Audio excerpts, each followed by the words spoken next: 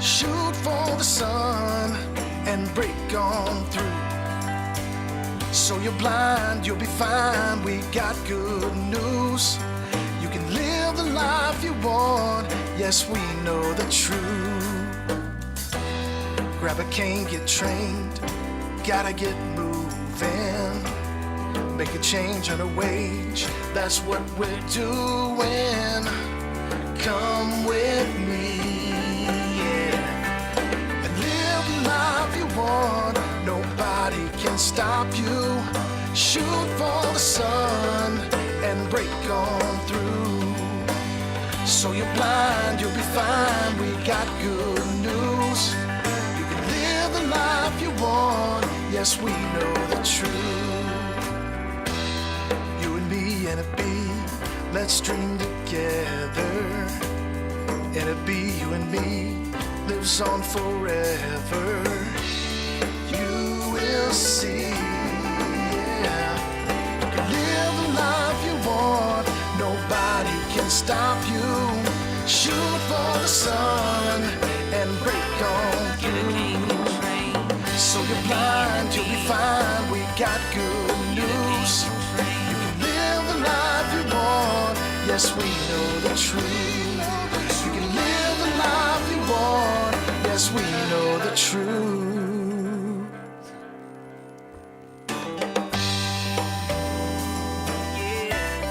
You know the truth.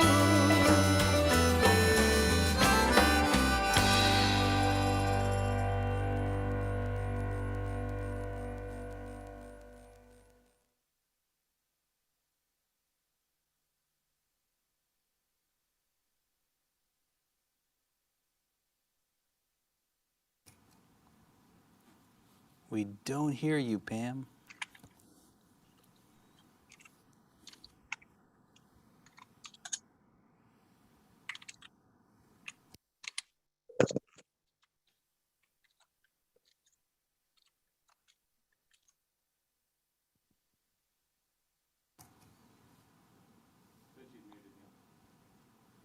Pam Allen, are you out there? Can you hear me now? There she is. Hi, everybody. Thank you. Sorry about that. There was a little glitch in our Wi-Fi connection, but good evening, That everyone. never happens. What are you Never talking happens. It's so great to be with all of you tonight. Thank you so much for joining with us tonight for our presidential release as we are celebrating Black History Month and we are preparing for a Washington seminar. And President Rick Gabono, I'm going to turn it over to you. Well, great. I'm glad your glitch got fixed. That's that seems like most of my day on Zoom today was glitches. Yeah. So, in good company. So Pam, I guess it's baseball season for us, right? Yeah, that's right. It's a tough loss for Buffalo fan. And a Yeah, Green Packers Bay fan. too. I Green know. Bay too. You're So pulling it'll for be- the Bengals? I know. It'll be curious to see how our poll results come out. Yeah, okay. But you're Yes. pulling for the Bengals, right? That's correct. Okay, all right. Well, I'll go with that. I got nothing else. Well, congratulations to the Bengals fans and the Rams fans. I know it'll be a great Super Bowl, and I'll enjoy the commercials. All right. Well, it's good to hear your voice, Pam. Should we get started? Yeah, sounds great. Okay. Greetings, fellow Federationists. Tonight is Tuesday, February 1st, 2022, and this is Presidential Release 513, and February is here. I can't believe it. January flew right past, and we are 1 month closer now to our national convention, which I'm really looking forward to in New Orleans, especially with this cold weather.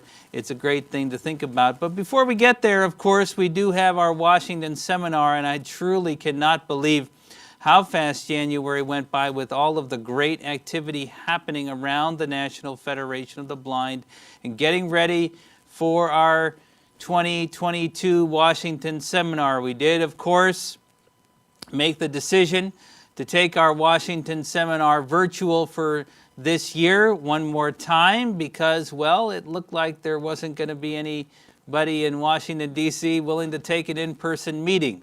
So we're going to do one more virtual Washington seminar, and our gathering in meeting will be happening on Monday, February 7th. And I hope you tune in at 5 p.m. Eastern Time, obviously open to everybody on Zoom. And even if you're listening to this presidential release after that time, I hope that you continue to push our legislative activities forward.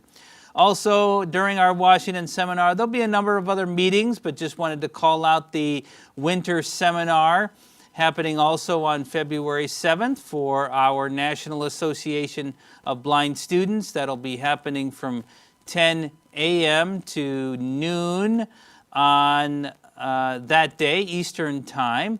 You can reach out to our student division to register for that meeting and get the Zoom information. I think for those tuned in tonight to the live presentation, we'll also put the registration link in the chat. Okay, there's a lot to talk to you about this evening, the work that we have been doing in the last month. And one of the primary activities that we've been working on is pushing the federal government on making its program to distribute at-home COVID-19 tests accessible to blind people. So to give you a little background, when we got together for the presidential release in January, I had just sent a letter to the White House. That letter went on January 3rd about this. And we would have sent a letter earlier, but we, during the month of December, were hunting around the government to find out which agency was going to be handling this program after the president announced it. And we finally got the word that the White House hadn't decided yet. So we wrote to the White House. And after that, we learned that the FDA would be handling the distribution of tests. So we wrote to the FDA. We found out who got contracts to distribute at-home tests. We wrote to the contractors. After a number of weeks and many letters, we finally did get a response and a call with the White House to talk about our concerns about the fact that the federal government had made a significant commitment to distributing at-home tests to residents of the United States, to any home, and without any provisions for equal access for blind people. And I'm happy to report that we are in productive conversations with the White House and the administration about this issue. Obviously, it's not going to be solved quickly, but we are optimistic that a number of things are going to happen, and I certainly hope to have more public announcements by the time we get to our gathering in meeting next week. Now, there's a number of things I want to share with you, though, about the at-home testing program that the federal government has undertaken and the work that the Federation is doing to fill the gap of these tests not being accessible. First of all, we are testing in our Center for Non-Visual Accessibility. We're testing all of the FDA-approved at-home tests. There are, well, it depends on how you count them, 13 or more FDA-approved tests. We've only found one that has accessibility kind of end-to-end. That's the Q Health product. I have the box here. Now, before you run out and buy this test, it's a very expensive test. However, it is fully accessible if you have a smartphone. It has some usability glitches, as many things do, but pretty much usable from beginning to end. And I would encourage you, if you have health insurance, to ask your health insurance provider if they'll reimburse it, because it is mostly accessible. So you might want to check that out. But we're going to test all of the at-home available tests, and so we can give that information to the government, to the FDA, about what works and what doesn't, and we hope that that will be a guiding force to determine what future accessibility efforts look like. So Stay tuned for more information about test accessibility and what we know about the tests that are out there. Of course, for many of us, we may just have an urgent need to take a test, so we're going to get the test we can, and we're going to find a way to take it. But the government really should have made these accessible. These are taxpayer dollars being put into the purchase of these tests, and we're going to hold the government accountable. Now, in order to coordinate all the information we have on this subject, we've spun up a new web page at nfb.org. It's nfb.org/COVID tests, all one word, COVID tests. And so you can find the latest information, including all of the letters that we've written to various folks in the administration, and we'll be posting our updates there.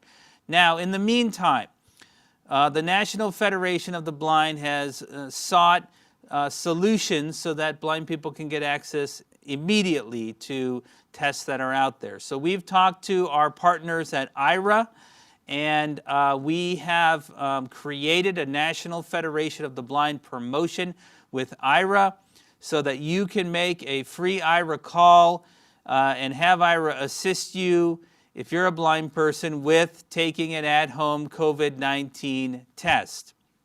You can find more information about that on the web page I referred to you. We also sent out an email widely across the Federation today about this and some other matters. You do need to set up an Explorer account. It doesn't have to be a paid account, and you can get assistance with an at-home COVID test. We will be collecting some data through that process with IRA so that we can help, again, push the government in the direction that it needs to go. So this is an immediate step that we have taken in order to make sure that all blind people have access. Now, we recognize that, of course, if you don't have a smartphone and access to IRA, this does not solve the problem. So we are dialoguing with the White House, and we believe that they're going to be implementing some state-based systems to assist people in their homes to get access to tests. Again, just an interim step. I do encourage Federation members who are in social media, Twitter, Facebook, to continue to tag the White House and the National Federation of the Blind on this issue. Continue to note the inaccessibility issues you're having with COVID tests and how important it is that we as blind people be able to independently take these at-home tests ourselves without exposing others potentially to the virus or having to invite others into our home, or as a blind parent, certainly for me, being able to test my own children without having someone do that. So continue to push that in social media. Now, a couple of other related things. We continue to want to collect data from members of the Federation about the accessibility of at-home COVID-19 tests and websites used for testing, sign-up, or vaccinations. You can share your experiences with us by filling out NFB's Access to COVID-19 Vaccines and Testing Survey, which can be found at our legal webpage, nfb.org/legal. So as you have experiences, good or bad, with signing up or getting access to testing, please share that with us. Again, that data is really valuable when we go talk to the White House or do other advocacy on these issues. Now, we have endeavored to make testing information also available through the NFB Newsline system. So we're wanting the Newsline system to be a place where you can find up-to-date information about the government at-home testing that's available. And just talked to the White House about this today, and so we're hoping that they will continue to feed us the latest information so we can put it up on Newsline so even our members who do not have access to the internet or smartphone devices have the latest breaking information in this area. If you're getting on NFB Newsline, you can follow these steps to find the at-home test information. Press 5 to go to newspapers from other states, and then choose option 1 for breaking news. After that, press option 1 again for the at-home COVID-19 testing information. If you are someone who uses the NFB Newsline mobile app for iOS, you can select the information sources page and then breaking news online, and then you'll find the information about the COVID-19 testing, also other information there as well. We have provided information about the COVID statistics, and we also are curating some of the breaking news about COVID-19 in a search. So you can find all that there in the Newsline app, and if there are other resources that you think would be valuable for us to include in NFB Newsline around COVID-19, please give our team that feedback. We want to make sure that we include it there. So the Federation is alive and well, working hard on this issue, and I can tell you from my conversation today with the White House that we have gotten their attention, and we're going to continue on this path until we have accessible testing. And I think the real important victory here is that we have an opportunity to change accessibility of at-home testing of all sorts in a positive way going into the future, not just for COVID-19, but for other important areas. So stay tuned. There's going to be some more important stuff happening here. Now, there is other work we're doing. You've heard me talk before about our plans to start a civil rights museum for the blind here at our Jernigan Institute. And we're in the initial phase of evaluating what a state-of-the-art museum dedicated to the civil rights movement of blind people would be like. And we need your help and your feedback to guide that process. We need you to take a few minutes to fill out a survey to let us know about your experiences with museums and what you would like to find in a museum of this sort. This is just the first of a series of opportunities that will happen to collect information from Federation members about this, but it's a really important one. So we need you to fill out a survey online. You can go to nfb.org. You can find the survey on our homepage there, or you can call our telephone survey system to take the survey that way. The survey will be available to members until February 18th, so just for part of this month. So please take a moment, fill out the survey, visit our website, or call in to the telephone survey. The number for that is 229-632-7878.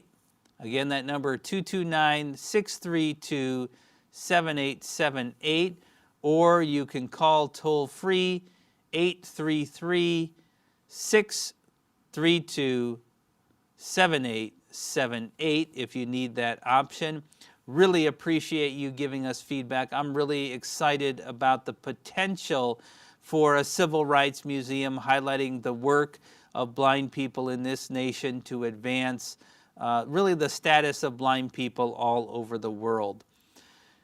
As we enter February, I want to give you one more big thank you to all of our PAC donors, our pre-authorized contribution program. If you contributed in 2021, I want to give you a big thank you because it was our most successful year ever on the PAC plan.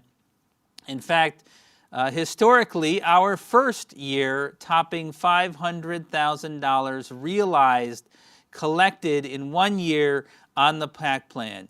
Really great news, and if you are not part of this program, which allows you to make a monthly contribution, financial contribution to the National Federation of the Blind to give us discretionary dollars to do things like pressing the government on things they already should have done, those dollars are really important, and they're not tied to grants or other funders. They allow us to go out and do the advocacy work we need to do. So please consider getting on the PAC plan in 2022 if you are not already. As I say, last year was our first year topping the 500,000 mark. In fact, we actualized $504,644.07 on the PAC plan. Total monthly contributions, $43,022.89 from 1,439 donors with an average contribution of $29.90. But don't let the average fool you. Every dollar helps, and even if you're giving at the minimum $5 a month, it makes a big difference. So please consider getting on the PAC plan this year, and thank you to our 2021 contributors for making it a record-breaking year for the National Federation of the Blind. I have a few other announcements here to talk to you about before we get to some questions. We talked at the National Convention about our Blind Driver Challenge and our support of Dan Parker, who's a member of ours and a graduate of the Louisiana Center for the Blind. We're supporting Dan in his efforts to break a world record. And due to the pandemic, we have had to postpone the actual record attempt until later in 2022. And so that event is actually coming up at the end of March. I'm very excited, looking forward to being there to watch this world record attempt. This effort's a partnership between us and Cruise Automation. And as I say, we're supporting Dan Parker to break the world record for fastest blindfolded driver, which is really cool because it's not just a record for blind people, but of course Dan is a blind person. And we're using this record attempt as an opportunity to promote our work around self-driving vehicles and the inclusion of blind people in the autonomous vehicle industry. And Cruise, a great partner and dedicated to that effort with us as a sponsor of this and our efforts to get accessibility into automated vehicles.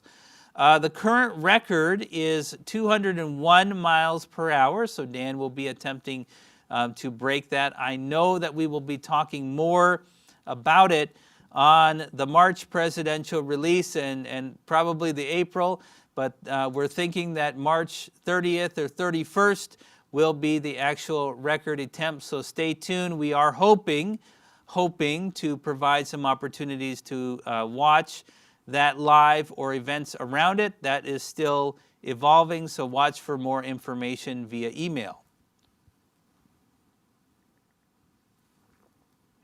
I want to also call your attention to some recent efforts to collect information about denials of individuals using service animals by Lyft, rideshare company Lyft. Both NFB and our National Association of Guide Dog Users are gathering stories from individuals who were denied rides because of their service animal by Lyft, specifically by Lyft drivers, during the week of January 24 to 30. And if you had that experience just in this last week, We are encouraging you to share those stories with us, and especially do so in a video recorded form. If you need more information, because you did have a lift denial between January 24 and 30, please contact Valerie Yingling here at our national office at extension 2440 or vyingling at nfb.org. Or you can also reach out to Raul Gallegos, who is president of our NAGDU division. You can reach him at 346-439-7454, or you can email him at rgallegos@nagdu.org.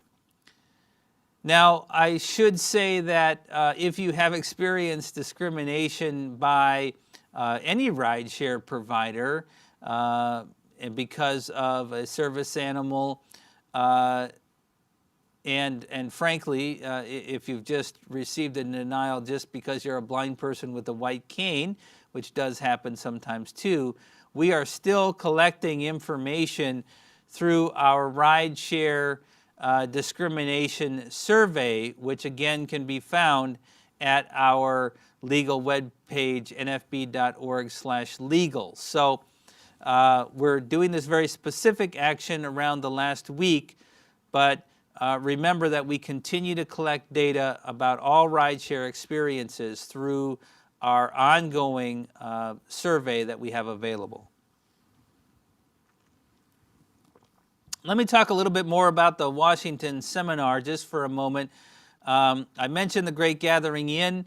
That will be happening at 5 o'clock Eastern Time on Monday the 7th. The final issue training session will be held that same day, Monday, from 2 to 4 p.m. And I already told you about our student division meeting, a number of other meetings. You can find the links to all of these, including our Great Gathering Inn, at the Washington Seminar page at nfb.org. I'm confident it's right on the homepage as well, because Washington Seminar's coming up. The Washington Seminar page also includes all of our fact sheets, the training information that we've made publicly available, the videos. They're all there on that Washington Seminar page if you need to refer to them.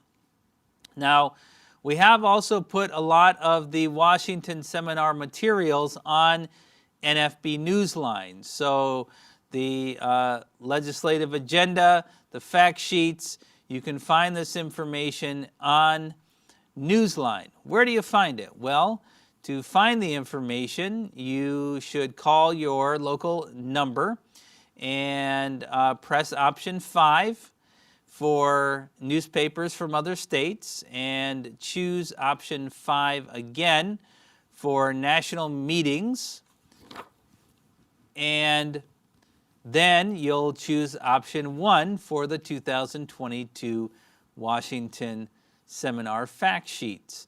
And you can follow the information from there. And similarly, you can find this information in the NFB Newsline app if you navigate to the second page, which is Information Sources, and choose All Publications, and you can search for NFB 2022 Washington Seminar. So you can get the information in a variety of ways. I do encourage you to read the fact sheets, be knowledgeable, especially if you're going to participate in the meetings. But remember, it's not just about the meetings. We need to follow up after Washington Seminar to continue to push our issues. We have a good chance of getting some of our key priorities to happen still during this year leading up to the midterm elections. If you are not an NFB Newsline subscriber, you can sign up for free, and you can do that by calling 410-659-9314 and dialing extension 2317, or you can visit www.nfbnewsline.org.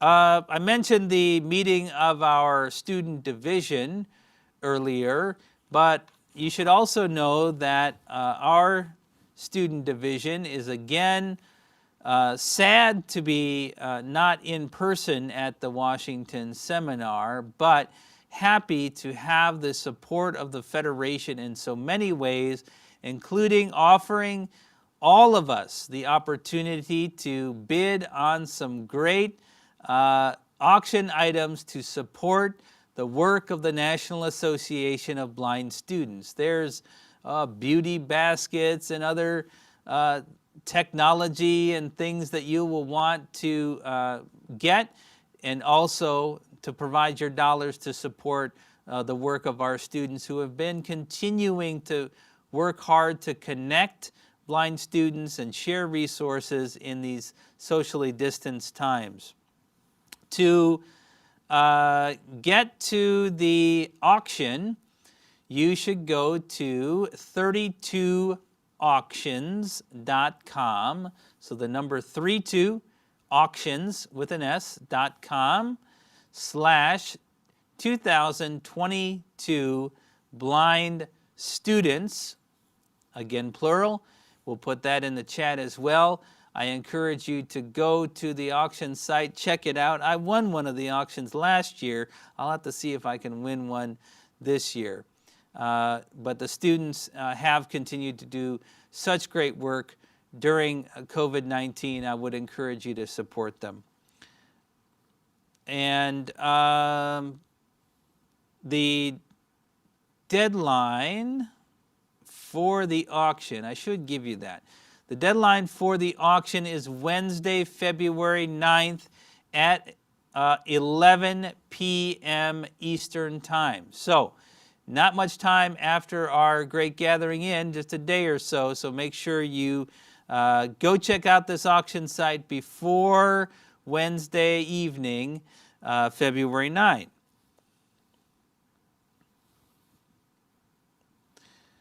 I do have some Federation family news, which I regret to have to share with you this evening. First of all, from Maryland, I regret to report the passing of Michelle Clark on January 15th, 2022, due to a variety of health issues. Michelle was a founding member of the National Harbor Chapter of the National Federation of the Blind of Maryland, which happened 12 years ago. She served for 10 years as the chapter president, and as well she served on the affiliate board of directors. Michelle was also well known for her beautiful voice. She participated in our performing arts division, and you may remember she performed as part of our 75th anniversary celebration at the convention.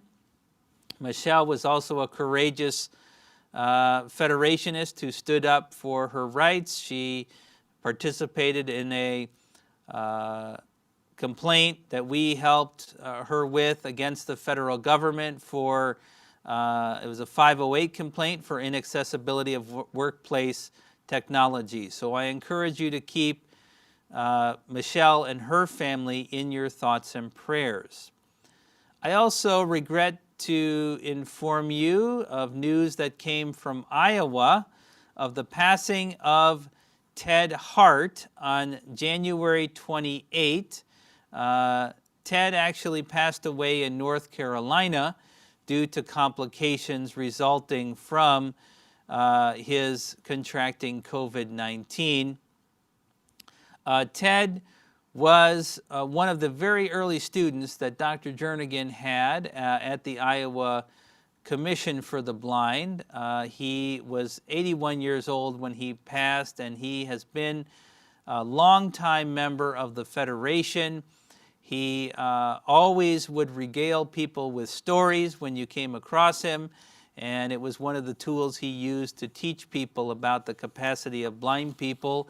I first met Ted in 1998 at the memorial service when Dr. Jernigan passed away, and I was privileged to get to hear some of his stories of his experiences with Dr. Jernigan. So a longtime Federationist who will be missed. I encourage you to keep him, his family and friends in your thoughts and prayers. I do have a few pieces of joyful news to share with you, though, on this release. And the first comes from Maryland, and that is the news that Nikki Pritchard Tippett, a member of the NFB of Maryland at-large chapter and former president of the Maryland Tri-County chapter, and her husband, Frank, welcomed a baby boy on January 10th of this year. Jackson Levi Tippett came in at 6 pounds and 11 ounces and 18 inches long. I'm told that Mom and Dad and older brother Gavin are all doing well and are delighted to welcome the newest member of the National Federation of the Blind. So welcome to Jackson.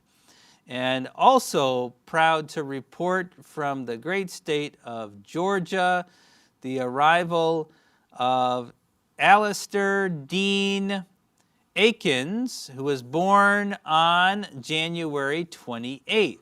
Alistair is born to Greg Akins, Greg and Anna Akins. Greg has served as president of the NFB of Georgia and has been an active member there.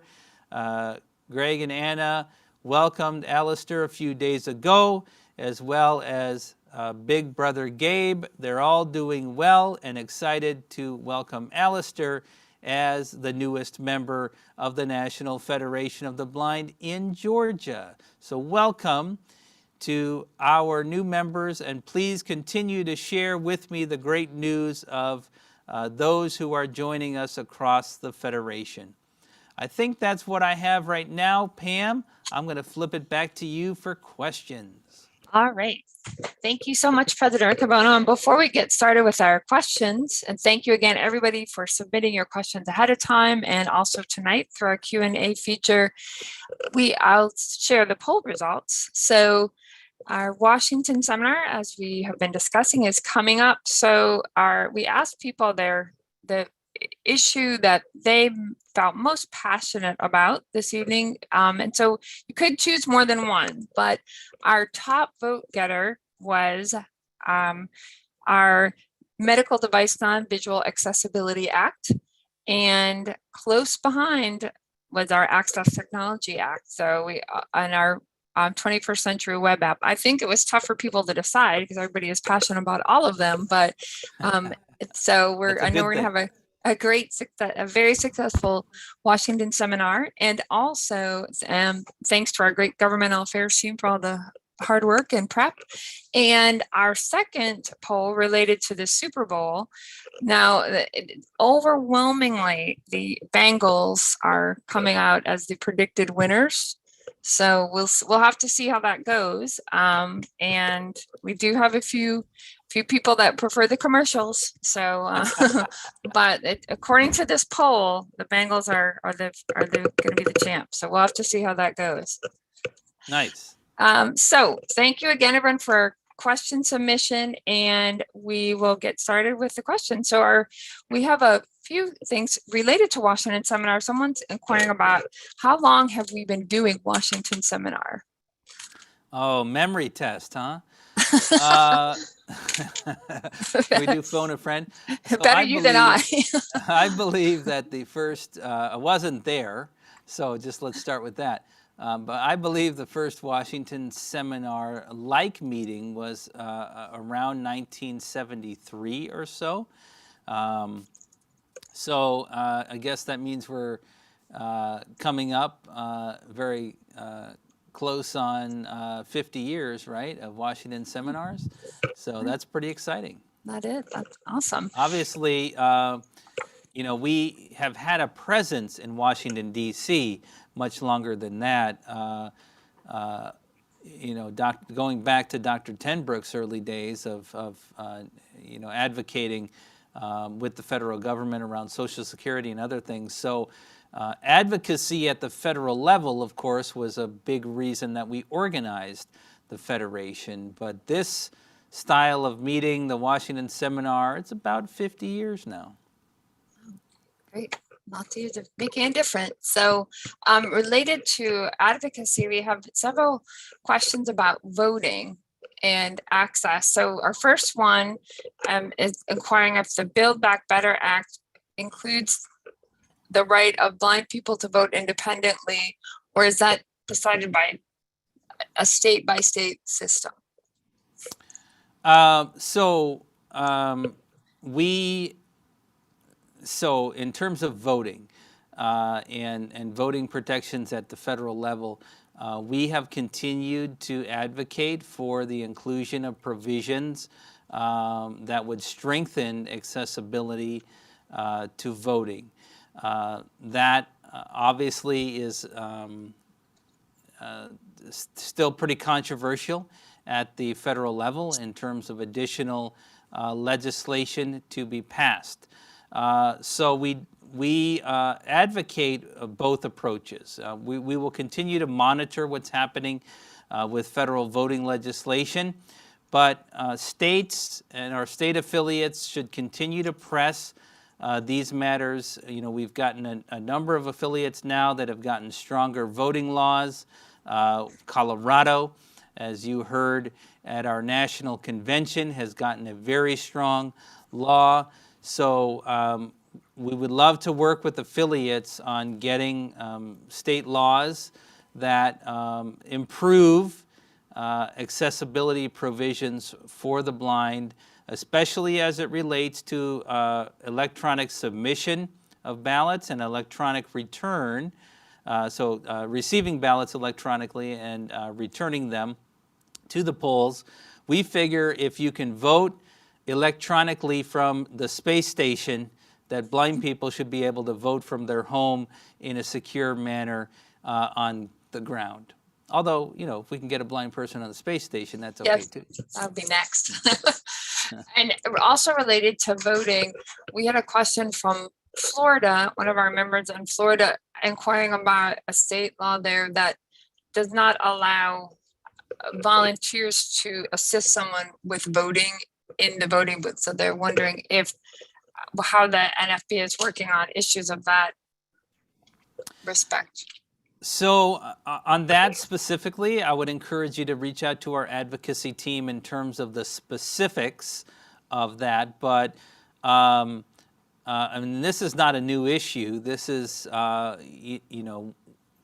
of the earliest Federation involvements in voting was fighting for the right to bring someone into the polling place who could assist you with the ballot, a person of your choosing.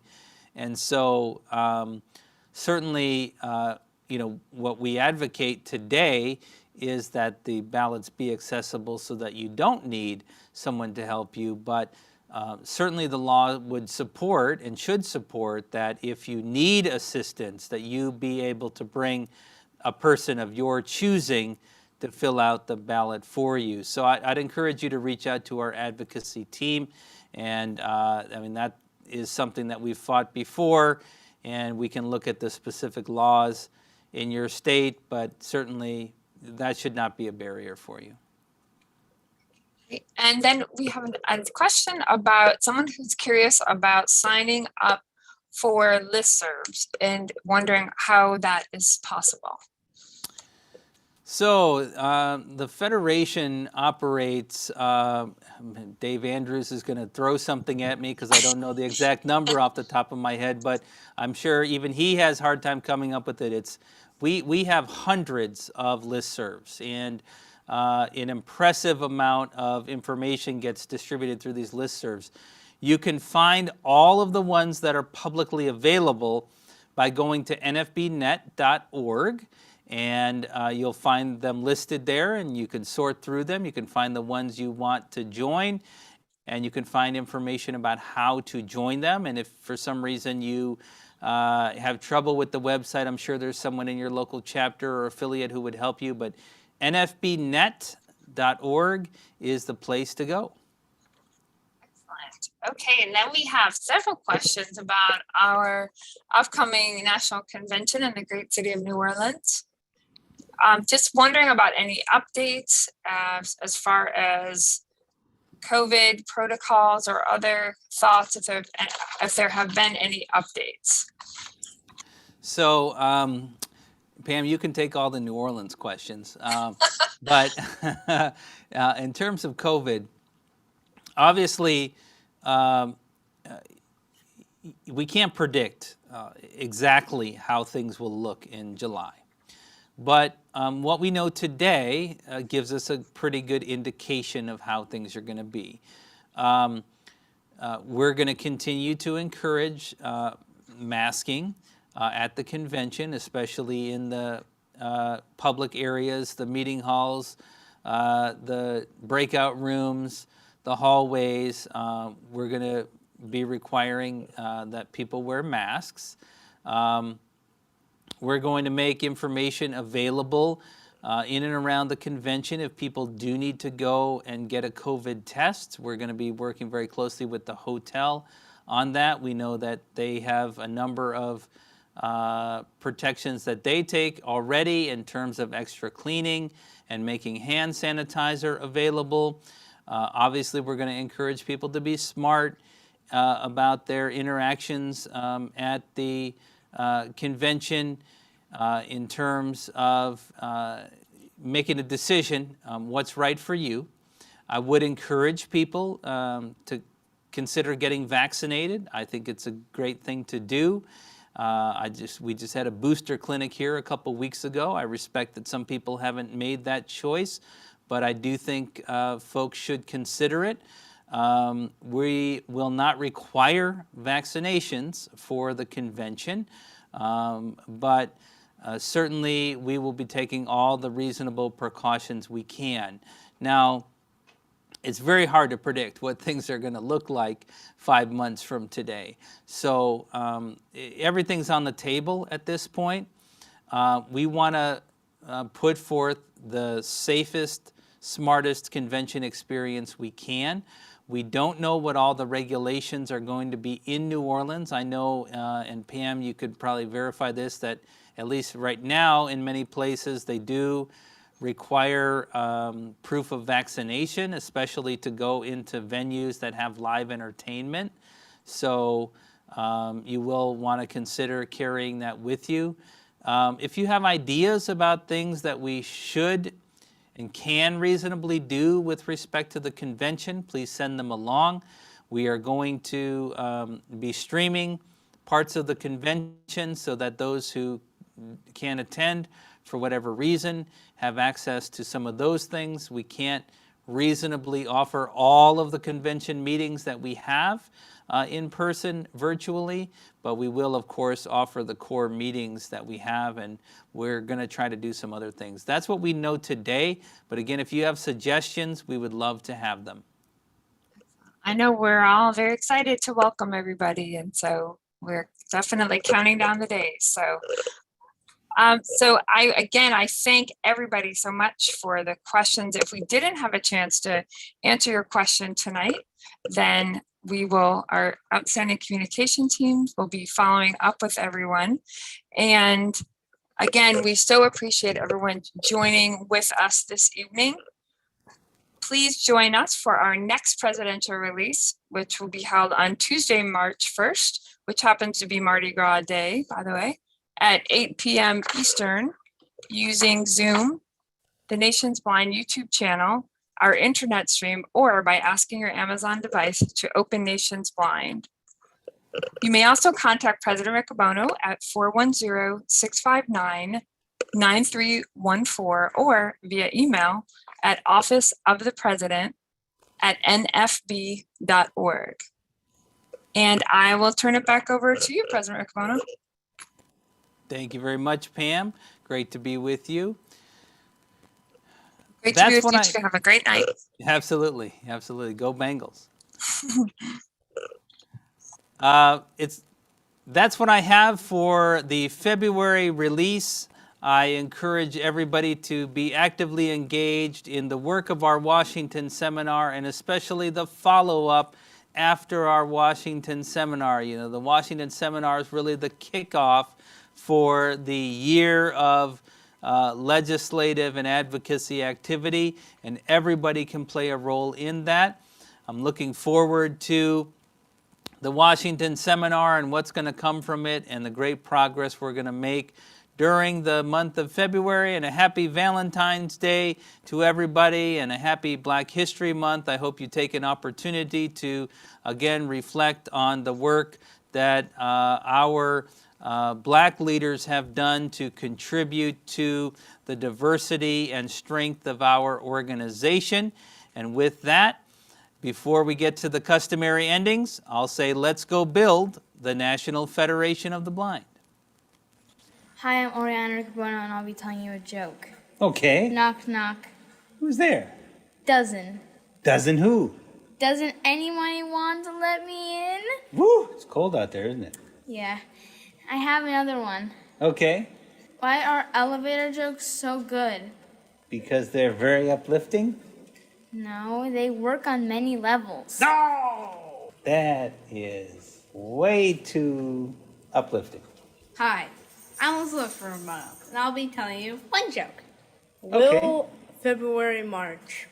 Will February March? I don't think so. No. No, but April May. The preceding message was brought to you by Mark Riccobono, President, National Federation of the Blind. Office of the President at nfb.org. 410-659-9314. www.nfb.org. Let's go build the National Federation of the